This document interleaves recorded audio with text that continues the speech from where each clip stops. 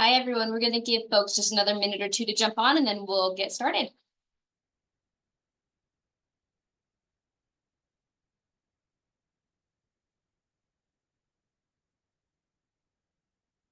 And then, Grace, can you confirm that I'm sharing my presentation? Yep.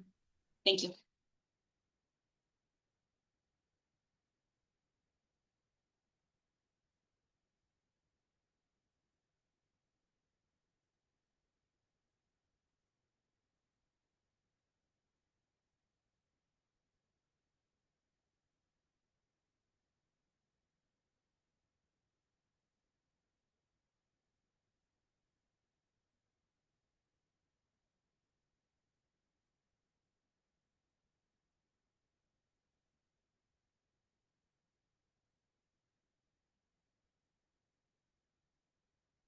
All right. Well, it is 12:02, so I think we're just going to go ahead and get started. Welcome, everyone. Thanks for joining us on your lunch hour for the Sign stakeholder meeting. So this is our third and last virtual stakeholder meeting that we have scheduled for this kind of second draft round comments. Just kind of to give you a brief rundown on what we're going to do here. I'm going to provide a relatively brief presentation, and then I'll open it up at the end for any feedback, questions, comments, concerns, anything that anyone here has. And just so that everyone knows, my name is Lauren Knox. I'm a senior planner here with the City of Reno in Development Services. All right, let's get started. So first, I really want to just take us through the process and how we got to where we are today. So some of you have been involved from the very start of this, and so a lot of this is going to seem really familiar. Others maybe just jumping in. So I really want to make sure that we all have the same information. So this process began back in June of 2022 and has really been an iterative process. So I'm going to come back to this slide a couple of times. So again, as I stated, in June of 2022, Council initiated a text amendment to begin working on updates to the city's sign regulations. We engaged a consultant in the fall of 2022, and then we held some initial stakeholder meetings to discuss our current sign regulations and what changes different interest groups might want to see. Also kind of went through the sign regulations internally and said, okay, what do we need to change? What do we need to be more consistent? And that was held in the spring of 2023. Oops. So what we heard in that initial round in 2023 of that stakeholder engagement piece, and basically we heard that our sign table, it's kind of a big part of our sign regulations. Our sign table needed to be simplified. I'll go through that in just a minute, a little bit more in depth, but there's a lot in there, and so simplification was needed. There were some inconsistencies and formatting issues and some really unclear language, and again, most of it was in that table. Staff also had numerous implementation issues with the current sign standards, so we wanted to work in those fixes as well so that we can all be a little bit more consistent. And we also learned that we really needed to add language to address content neutrality. So when we review signs, we are looking at location-based things with signs or design-based pieces of signs, but not at the actual content. So I'm going to walk us through a little bit what was included in that first draft of proposed amendments that staff had provided. So again, our definitions. We recognized that we needed to add a definition on monument signs. We did not have one, and what a monument sign is I don't know if you can see right there, that McDonald's sign, that's what a monument sign is. A little bit different than a pole sign, which you can see here on the right as well. So we wanted to also amend our definitions to make it clear that freestanding signs encompass both these monument signs as well as the pole signs. So that was just a clarifying piece there, but again, our definitions needed a little bit of work. And then again, that content neutrality piece, right? So we needed to include some verbiage to discuss content neutrality, so we included that language as well. And again, I mentioned that table of sign regulations and how intensive it was, and that was a really big part of our initial stakeholder discussions. And so this is really the section of code that we've heard the most issue with. So I'm going to talk a little bit about our table and what's in it. So you can kind of see on the screen here, you don't need to know what this is specifically, but generally it has a list of all of our zoning districts and associated sign regulations. So whether it's talking about the freestanding sign heights or the area or wall signs, what type of illumination is allowed. So this table essentially does all of that for every zoning district. Again, there's a lot of clarification that was needed, some consistency in there. For example, some of the standards of measurement we use, in some spots we used gross floor area, and others we talked about business frontage. So we tried to make it consistent, and that's both for staff, for our administration of the code, but also for our code users and our public to understand what that actually means. So we tried to clarify and be consistent with what we did within this table. We also proposed to modify the table so that every business got a minimum square footage. What we were encountering was sometimes we'd have regulations, say for a shopping center, where you have a total square footage of signage you're allowed, but you might have an anchor tenant come in and that anchor tenant may take up a majority of the signage, and suddenly you have businesses coming in after that end up with no signage. So we wanted to ensure that everyone got at least a little bit of signage.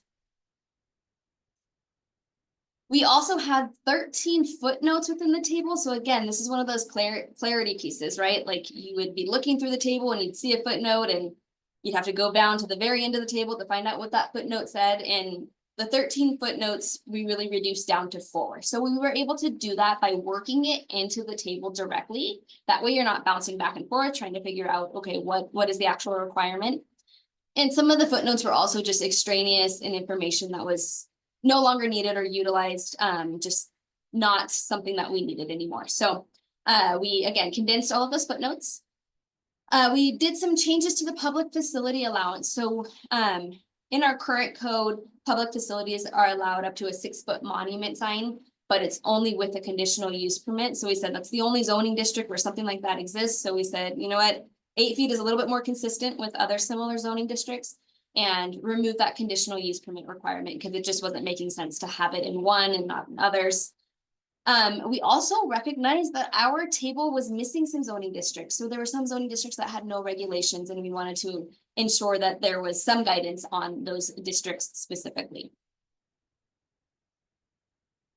And then for our different types of entitlement review. So in code for the sign section specifically, there are a few triggers for additional discretionary review on signage. And we wanted to just make all of those triggers have to go through the same type of process. So we created the same entitlement process. It's a major site plan review related to signage. So that means it still goes through a public hearing process. It goes through a planning commission, and there's really only a few signs that are going to do that.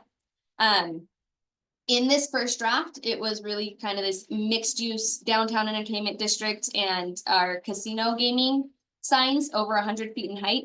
That has since been changed, and I'll talk about that in a minute. Signs greater than 150 square feet within 150 feet of the Truckee River. So that's just trying to protect that Truckee River viewshed. And then animated signs within 750 feet of residential zoning. They currently require, again, some level of discretionary review already. We just wanted to make those all consistent and say we're looking at them from a site plan review perspective. These aren't uses, they're site related items that needed to be reviewed. All right, and so I said earlier, this was an iterative process, and I would come back to this slide. So the changes I just described were really part of that first round of proposed amendments, which we then took out to stakeholders, the public, the planning commission, downtown business owners, and city council for review and feedback, which really guided this second version of amendments, which is the one that we're talking about here today. So I'm gonna run through what that feedback is and how that was incorporated. So generally from our stakeholders, we heard an overwhelming response to remove an allowance for virtually unlimited signage in the downtown area. We heard that we also needed to make some minor modifications to some of the changes in that sign regulation table that I spoke about earlier. We also heard from some of our partner agencies, particularly the Regional Transportation Commission and the Washoe County School District, regarding some proposed changes to better accommodate some of the work that they do. Our planning commission provided us some feedback regarding that downtown sign allowance concerns and requested that we actually engage directly with these downtown business owners. to try and develop some sort of path forward with all of the concerns that we heard from the public. So again, we went out and engaged with the downtown businesses following that feedback. And through that process, aside from casino uses, there wasn't really a strong expression of need to keep that virtually unlimited signage. We also went in and reviewed the existing signage to see if the allowance, which I want to be clear, the allowance has been in place for that particular area since really the early 2000s. We wanted to see if that was actually being utilized by some of these businesses aside from casinos, and it did not seem to be something that was utilized. We brought all of that information to council. Council provided us some feedback to just move forward with removing that allowance for the unlimited downtown area signage, but maintain that allowance for the casino users. That's something we've heard throughout this entire piece.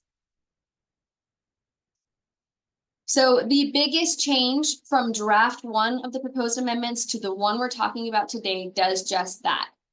I'm going to get into this a little bit more just to be more clear here about what happened. So for some background, code previously allowed, or really currently allows for unlimited signage in the entire gaming overlay district. So this area is about 2,000 acres in size and was an unintentional allowance during the code update in 2021.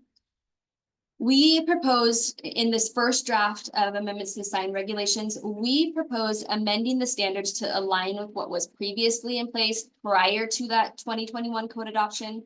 Again, been in place since the early 2000s, which allowed for unlimited signage for casinos and for the downtown entertainment district. This downtown entertainment district currently is about 140 acres. So again, with all the feedback we received, we removed that allowance for the downtown entertainment district, but maintained the allowance for casinos. All right, so all of the feedback and the other little pieces also brought us to our second draft of proposed amendments that we are talking about today. And again, I want to really express this is an evolving document, right? With the feedback that we keep receiving through this process, we will continue to make amendments and work towards a draft that we're going to be putting forward to the Planning Commission. So again, we just discussed this first bullet. I want to talk a little bit though about what's in the second draft, aside from that major change that we really just talked about with the unlimited sign allowance. So again, we heard that feedback that we received. We included an allowance for urban districts to double the sign area for freestanding signs on larger parcels. Again, this was based on some of that feedback that we received, and it's something that actually currently exists in code in a little bit different of a way. So we put that back in and fixed it to work with the code that we're proposing. And then earlier I had mentioned that we had some engagement with the Washoe County School District where they requested to have the ability to have digital signage for schools. So the proposed amendments included this allowance, but also includes a very specific requirements to try and mitigate some of the impacts to neighboring properties. This includes things like limiting the time the sign can be on, the nits, or really the measurement of light coming off of that sign, and also the sign size, ensuring that it's not too large. And we really, most of those were because schools generally are located in residential areas. So we wanted to ensure that there were just additional mitigation measures within the allowance itself. We also added some additional specifics on regulations to make sure that administration was more clear and consistent, right? As we're going through the code more and more, we're finding things that we're like, oh, that's not really clear. Let's make sure we make it nice and clear. Illumination standards for the residential and unincorporated transition zoning districts. So both of those really function as our residential districts. We allow indirect illumination only in those locations. We had a footnote in the table that allowed for some level of an internal illumination, but there had to be a dark background and 50% opaque pieces, and it was just very confusing and honestly not really used. So we took that out of there to eliminate the confusion, and this will allow for indirect illumination in those residential zoning districts. We also added some verbiage regarding the number of freestanding signs allowed for commercial centers, and it really is memorializing a practice that already occurs and attempts to minimize visual clutter. So essentially, if you have a commercial center and say you have 5 different parcels within that center, but they function together as a center, we don't want to have 5 freestanding signs for that center, right? We want to have one sign, cohesive, and not 5 different signs. So again, that's something that's already occurring, but we wanted to make sure it was very clear in our code how that works. And lastly, we addressed some concerns expressed by the Regional Transportation Commission regarding some public projects that might require a business owner to relocate their signage and ensuring that those businesses can keep their existing signage. Say, for example, we need to widen the road. Maybe a sign is within the area that the public right-of-way is being increased to. We need to ensure that if that business owner needs to move their sign in a little bit more, they're able to keep their signage sign that they've always had, even if code has changed. Again, it's not going to allow them to do more necessarily, but it allows them to keep what they already have. Okay, so kind of wrap it up and summarize all of the changes that are in the proposed second draft of amendments. Again, this is all from the stakeholder input we've received through those multiple different processes that I talked about and the feedback we've received from the previous drafts. We've touched on all of these, but just to sum it up, again, we removed that allowance for all parcels within the gaming overlay to have that unlimited signage and kept that to the casino uses only. We updated our triggers for entitlement review to be consistent. We added a statement on content neutrality to address federal laws related to freedom of speech. We modified and added some sign definitions where necessary. We added some requirements for districts that were inadvertently left out of that table of sign regulations. And again, we really tried to work and clean up that table of sign regulations by district. Again, tried to be clear, tried to be consistent, and tried to really incorporate those footnotes so everyone, it's a little bit more user-friendly. We did talk about the allowance for schools to have digital signage with those very specific requirements also associated. And we put in some general clarifying language where necessary for just more consistent implementation on our end. I also want to touch really briefly on what is not changing. So there were a lot of items in our code that we did not touch, and these are generally items that have been a source of contention in the past. So we did not touch off-premise signage or billboard regulations. We did not touch regulations related to digital animated signs aside from the school ones we just talked about. We didn't touch sign brightness in that sense, and we also didn't touch gas station signage.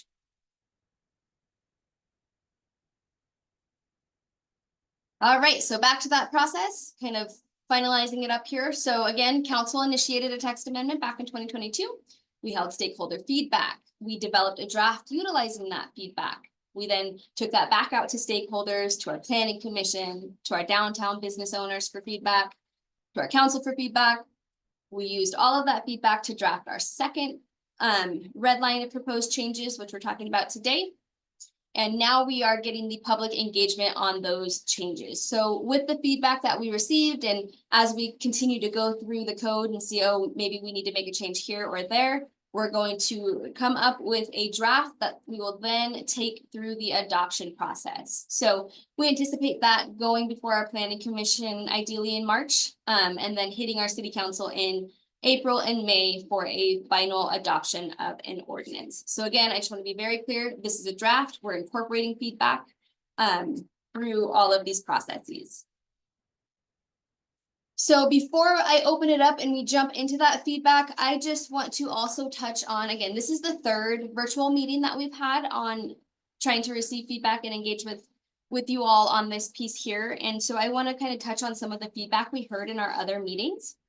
So generally, most of the feedback we heard was related to concerns over the digital sign allowance for schools.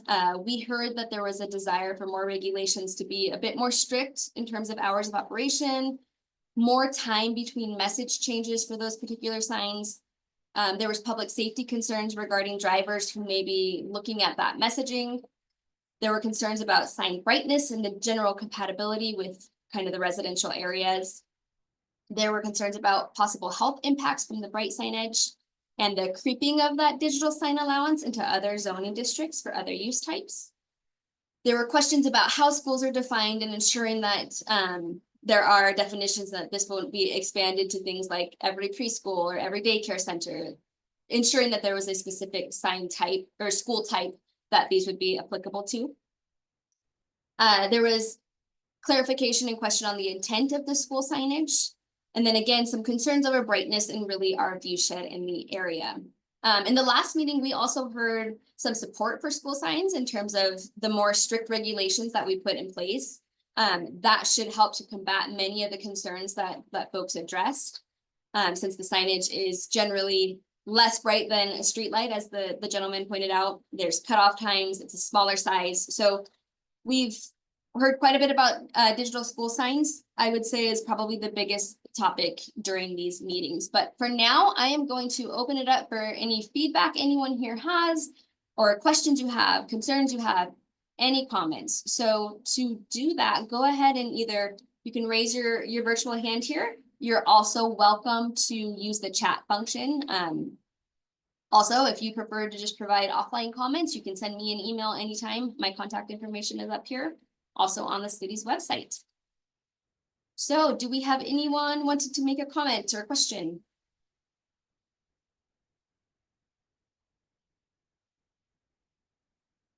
All right. Candace, I have unmuted you on my end. You can unmute on yours. Can you hear me? Yes, we can. Okay, awesome. I just first of all introduce myself. I'm Candace Horn. I'm the Director of Government Relations for YESCO. We just wanted to take a minute and just thank you, first of all, Lauren, for this amazing presentation. It was really informative. And I work with many municipalities, and I know how much work goes into sign code changes, not along with the work, but you also have the contention that comes along with it. So especially being a planner. So thank you so much for doing all of that. Um, from my perspective, our perspective, the proposed changes are very positive, and I think it helps you to simplify and clarify the regulations that you have to administer and regulate. Specifically to the school code change that you talked about, that you had a lot of feedback on. We're also in support of that, and especially the fact that the EMCs will be turned off from 10 to 6 p.m. or 6 a.m. and it's not to exceed 150 nits at nighttime, which I know James already said that's half of the recommended illumination standard and will be less bright than an actual street light. So we're just grateful for this presentation and for allowing us to give some feedback. Thanks, Candace. I definitely appreciate hearing that, and I'm glad that these seem positive from your guys' perspective. I appreciate hearing that. Anyone else wishing to speak? All right, Kyle, you're unmuted on my end. All right, can you hear me? Yes, we can. All right, thanks, Lauren. Thanks for your time and setting this up. I'm Kyle Chisholm with the Washoe County School District. Thanks for having me today. Just wanted to address maybe one of the things that you bullet pointed just now in the school district's intent with our recommended changes. Really, this boils down to this is what our administrators, our school principals, and our staff has asked for. There is no ability, as you know, for the school district to have any digital signs within the city right now. And so looking across the local jurisdictions here in Northern Nevada, as well as pretty much all of Southern Nevada, we found the regulations to be inconsistent. And so that's when we started engaging and asked the council. The council gave some direction to hopefully come up with a solution, which is why we're here today. We're absolutely supportive of the recommended changes that staff has put into the code. Just to address one more thing, a big part of it is also the public safety aspect of the school district being as a public agency, as a emergency responder, to be able to communicate to the community for which these schools are located. And right now, all our signs are static in nature with manual changeable letters. It requires a monumental amount of staff time. It's inefficient. It's not cost effective, and really doesn't allow us to communicate with the community or parents um, of children in an effective manner. So that's really kind of high level where what the intent of this is. Really, we just want the ability to be able to have these signs. We've agreed to, the school district has agreed to some pretty strict regulations to help mitigate the impacts, as you mentioned, including the brightness that's been brought up.